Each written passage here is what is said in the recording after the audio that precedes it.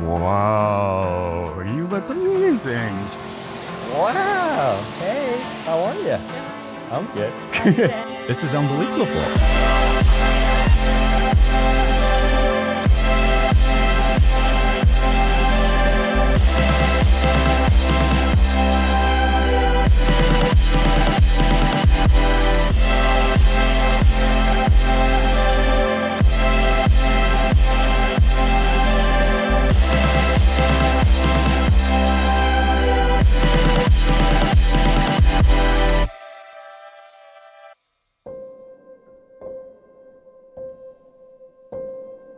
Rach, on paper, us getting married is somewhat predictable.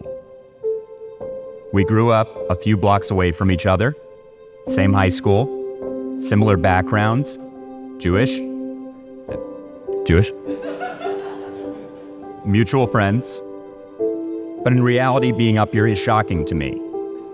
I say this because at the beginning of our relationship, you gave every indication that you had absolutely no interest in me.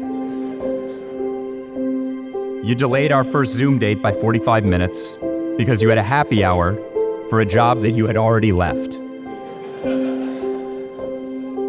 You took our second Zoom date from a windy beach and cut it short because of rain. You were an hour late for our second in-person date at Fort Greene Park.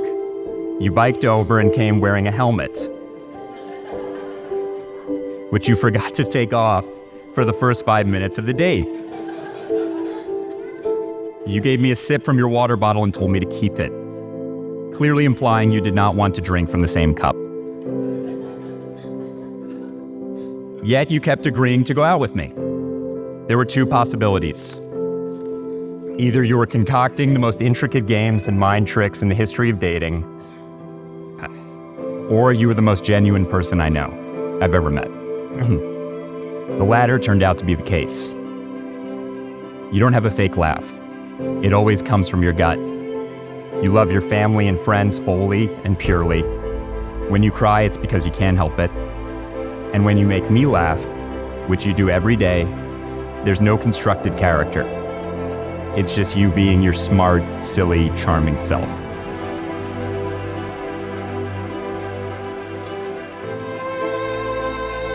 You're beautiful, whether it be in a wedding dress, clearly, or right when you get up in the morning. You are not ashamed to admit when you're afraid, but you always fight through it and are calm and cool when you need to be. We're a bit different in that respect. Even though I've been anxious in front of you, I've never been anxious because of you. In fact, our relationship is the best antidote to anxiety I've found in 33 years. And I think that's because anxiety stems from uncertainty and fear of the unknown.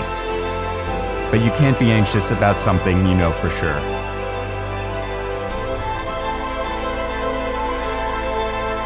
I love you, and I want to spend the rest of my life with you.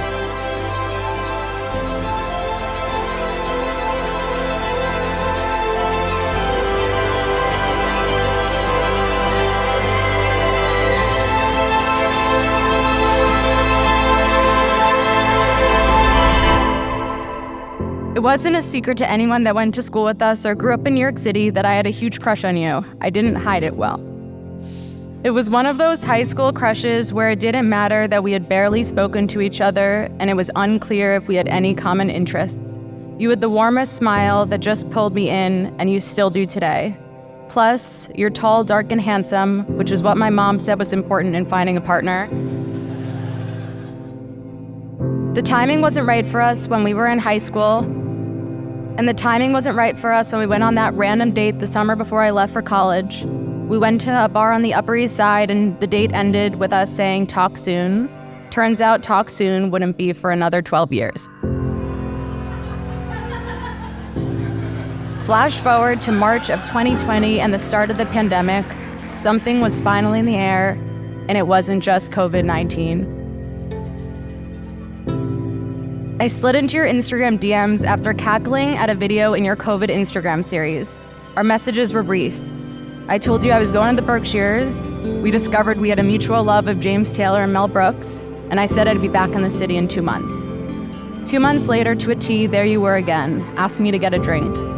Knowing you now, I know there was no Google Calendar invite reminding you to follow up. You just cared. And also happening to have an insane memory and intense love for making lists.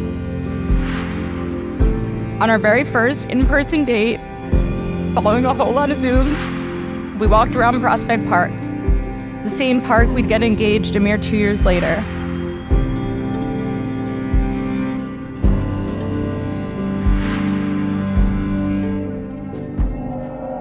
I vow to belt out lyrics I don't know to songs I've heard 1,000 times just to make you laugh. I vow to support you endlessly in your goals and passions and celebrate all your achievements.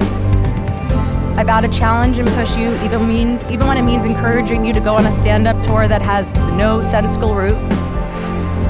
I vow to love you in sickness and in health, even though that one time I had COVID on my birthday, you fled and slept at your parents'.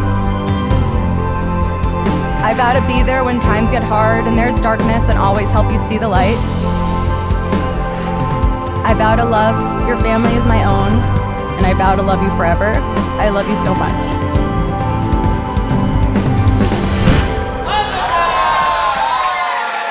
I'm really pleased to have a chance to speak here tonight. Not because it's an honor to speak at my oldest and dearest friend's wedding, but because Benji and I were such weird kids that we've been talking about this since we were like 9 years old.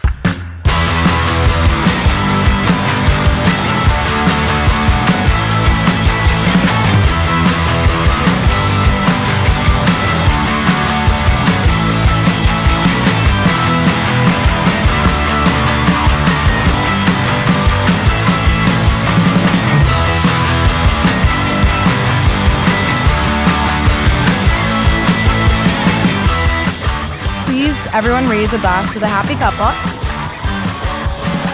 I love you both so much.